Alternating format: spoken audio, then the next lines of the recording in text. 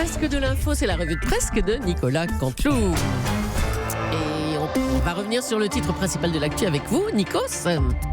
Ouais, par téléphone, par satellite, par fax, par mail, par Minitel, on est là, toujours là. Ma chère Julie, bonjour. Bonjour. L'actu surround de cette matinée, c'est la science. La science de la téléphonie, non. La science, non, qui a découvert une nouvelle espèce humaine. Je suis avec la scientifique qui a découvert ce fossile. Bonjour madame. Alors, cet humain a 50 000 ans. Comment l'avez-vous découvert? Présentez-vous et racontez-nous. Non mais monsieur Aliagas, c'est moi, c'est Christiane, l'infirmière. Je vous ai dit de laisser monsieur Bouteflika tranquille. Il n'a pas 50 000 ans, il a même pas la moitié. Ce n'est pas un fossile, regardez, il fait des bulles. Il fait des Il y a bulles. encore de l'oxygène dedans, ça veut dire. Ah, ça suffit maintenant. Pardon, écoutez, Simon, l'autre nouvelle scientifique, c'est bien sûr le trou noir. Les scientifiques ont révélé hier la première photo d'un trou noir. On va vous la montrer sur le Twitter d'Europe 1 et par aucune télécommunication ne nous arrête. Voilà, je l'ai posté, c'est parti. Oh merde, ah non, pardon, j'ai mis une photo de la Creuse, je crois. J'ai confondu, pardon. Allez. Voilà. On salue nos amis Ah bah oui, là vous faites bien les saluer. Creusoises, On va Creusoises, les vous perdre, êtes. oui. Voilà. Alors, j'envoie la bonne photo. Merde, non, non, merde, la photo de trou noir, non, c'est pas bon. Non, j'ai envoyé le score de Benoît Hamon aux Européennes, pardon, désolé, excusez-moi. C'est pas vrai. Je suis fatigué ce matin, voilà, ça oui. c'est la bonne photo qui est partie de... Ah non, ça c'est une photo de narine de Jean Lassalle. La narine, oh non. Les gars en régie, si vous pouvez m'aider, je m'en mêle les pinceaux un peu moi ce matin. Allez, il est temps que j'aille me recoucher. À vous Julie. Merci Nikos. Merci. Allez, François Hollande a participé à l'émission Au cœur de l'histoire sur Europe 1. Vous avez peut-être entendu la publicité ce matin. Mathieu, on va vous la repasser cette pub. Écoutez. Bonjour, c'est François Hollande. Retrouvez-moi avec Fabrice Delmetta, au cœur de l'histoire, pour commenter 10 ans de ma vie, 10 ans de succès, 10... On l'a perdu. Là. Ça coupe, le téléphone, ça coupe pas. On Ça essaye en marche fait, pas. Bon, bah, écoutez. pour tout vous dire, chers amis auditrices et auditeurs, ce matin avec Nicolas Canteloup, on avait un petit empêchement. Malgré tout, il essaie de faire la revue de presse pour notre plus grand plaisir par ligne téléphonique et on se rend bien compte que c'est compressé, que c'est compliqué, qu'il y a des petites ruptures. Donc, exceptionnellement, on ne la fera pas aujourd'hui, si vous êtes d'accord, ma chère Julie. Bien sûr. Hein, et on vous dit qu'on est très frustrés. J'imagine que vous aussi dans la voiture, c'est l'heure à laquelle vous riez, vous êtes. Mais bon, on a quand même la petite cerise sur le gâteau. Oui. On a toujours un peu de Canteloup qui traîne. Voici un best-of pour le plaisir. C'est parti. Aux États-Unis, Donald Trump cherche qui est la taupe au sein de son cabinet. Rappelons que le New York Times a publié un témoignage explosif d'un proche collaborateur de Trump qui décrit un président incompétent et amoral. Bonjour Jean-Michel Apathy. Bonjour, ma chère Julie. Écoutez, cette affaire est extraordinaire. Une taupe qui décrit le pouvoir de l'intérieur. C'est inédit. Attendez, on me dit dans le casque que nous avons aussi au téléphone une taupe dans l'organigramme d'Emmanuel Macron, qui veut témoigner anonymement. Nous l'écoutons, c'est une Ah, dis exclusivité. donc, exclusivité, oui, bravo. C'est fou, c'est fou. Est-ce qu'on peut nous passer la taupe en régie? Oh non. René la taupe. Non, là il y a confusion, Romain. Ça c'est René la taupe. Et je parle de celui qui veut faire des révélations sur Emmanuel Macron. Allô, monsieur? On avait oublié celui. Ah, il y a quelqu'un qui veut en parler? Oui, bonjour. Je m'appelle Bernard Coton. Bernard Coton, oui, oui.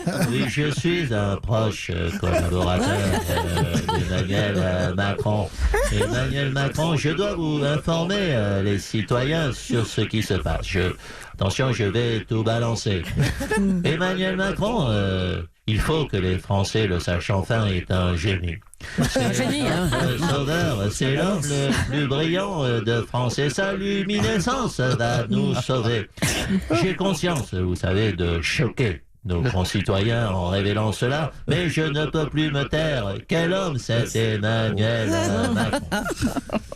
Alors, Bernard Coton, merci de votre témoignage.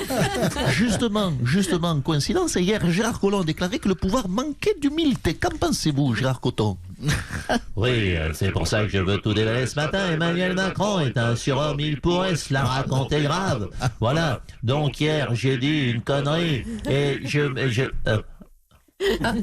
merde, je me suis trahi. Heureusement que personne ne m'a reconnu. Non, à peine. Bon, merci beaucoup. Emmanuel Macron veut rendre les services publics plus efficaces. On va recevoir le responsable de la CGT cheminot. Mais on va d'abord vous faire réagir sur le coup de fatigue d'Emmanuel Macron qui a avancé le Conseil des ministres pour pouvoir se reposer en famille. La vedette Macron. Elle est crevée, la vedette. En burn-out, la vedette. Alors, ça donne des leçons, et puis ça tient pas la route, ça tient pas le rythme. Peut-être qu'il fait grève, en fait, Macron. Elle fait grève, la vedette. S'il vous plaît, monsieur CGT cheminot, là, revenons à ma question. L'État veut supprimer des postes dans la fonction publique et mettre en place une rémunération au mérite et des indicateurs d'efficacité. Est-ce que ça vous parle, ça? Soyez pas grossière, Leclerc. Des indicateurs d'efficacité, puis quoi encore? Je t'en foutrais, moi, des indicateurs d'efficacité. Si on vous payait Covan Marante, ça vous ferait plaisir? Vous seriez vite au RSA? Hier, votre vanne sur les chanteurs décédés devant Sylvie Vartan, elle était marrante ou pas? Ça rit jaune, là. Oui, mais ça rit quand même. Comme quoi, à la CGT, on innove. On invente la vanne à 2 bandes. Le bide la veille pour faire rire le lendemain. On n'est pas des ringards, on est des innovateurs à la CGT.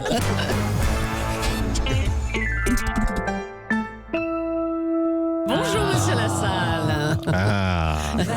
J'aime vous faites l'unanimité, cette forme d'extase au sein de mon nom. Écoutez, bonjour à tout votre troupeau.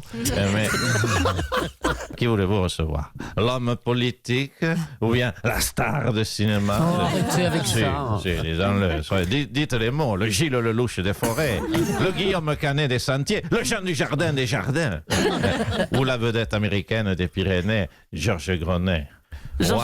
Écoutez, je parle anglais. What else? Georges Gronet. What else? On est loin. Allez, on sait que vous êtes contre la limitation à 80 km/h dans la salle, mais c'est pas parce qu'on vit à la campagne qu'on ne doit pas respecter les consignes de sécurité routière.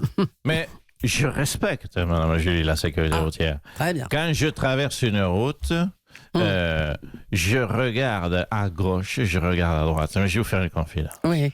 Je ne vois ni les voitures à gauche, ni les voitures à droite. Pourquoi? Parce qu'en fait, j'ai un problème d'angle visuel à cause de mon nez. Mon nez? Oui, ça me fait des angles morts. Donc, je ne vois ni les voitures qui arrivent de gauche, ni qui arrivent de droite. Et c'est un vrai souci. Je ne dois pas être le seul en France.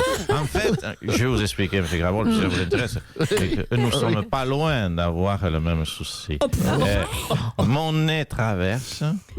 Et moi, je le suis à 3-4 minutes après. Mais comme il n'y a qu'une voiture tous les 3 ans dans mon département, ce n'est pas si dangereux. Bon. Et votre film, alors, celui qui narre votre défaite à la présidentielle, monsieur Lassalle? Oui, c'est une défaite qui s'est produite in extremis. Ça s'est joué à un poil de ragondin. Oui. Pour l'instant, c'est quand même assez calme dans les salles. Ça marche moins que qu'est-ce qu'on a encore fait au bon Dieu. Que Nicky Larson. Mais Nicky Nelson, n'importe quoi. Laissez monsieur n'importe quoi, Nicky Larson. Non, ce n'est pas vrai. C'est une fake news que vous colportez et ça me déçoit de votre radio. Fake news. Ça cartonne mon film dans toutes les forêts, car il n'y a pas que la ville dans ce monde. D'ailleurs, si tous les spectateurs qui ont vu mon film votaient pour moi à la prochaine présidentielle, eh bien, je perdrais peut-être quand même d'environ à peine 12 millions de voix. Vous voyez que ça ne tient à rien, une présidentielle.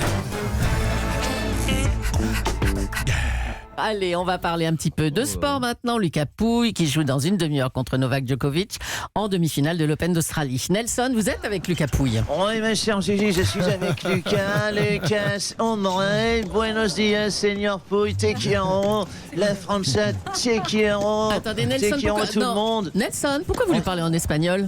Écoutez, ma chère Julie, il s'agit d'un joueur en demi-finale d'un tournoi du Grand Chelem, donc forcément, il n'est pas français, c'est impossible. Donc, je lui parle dans sa langue maternelle, sa langue de champion en espagnol. espagnol comme il se doit. Mais Caramba, enfin, il est caramba. français, Lucas Pouille, allons. Ah, comment ça? Non, ce n'est pas possible. Lucas, écoute, attendez, là vous mettez le doute. Je demanderai à Lucas d'aller se soumettre à un contrôle antidopage. À mon avis, vous avez du sang espagnol dans les veines, mon cher Lucas. Nicolas Canteloup, la revue de presse, évidemment demain, et il sera là et en direct. On a eu des petits problèmes techniques ce matin. On a essayé de le faire par téléphone, mais bon, l'essentiel, c'est que le lien soit toujours fort entre vous, auditrices et auditeurs, et nous, avec évidemment le roi de la matinale, c'est Nicolas Canteloup, avec Julie. Merci beaucoup. On À demain. embrasse.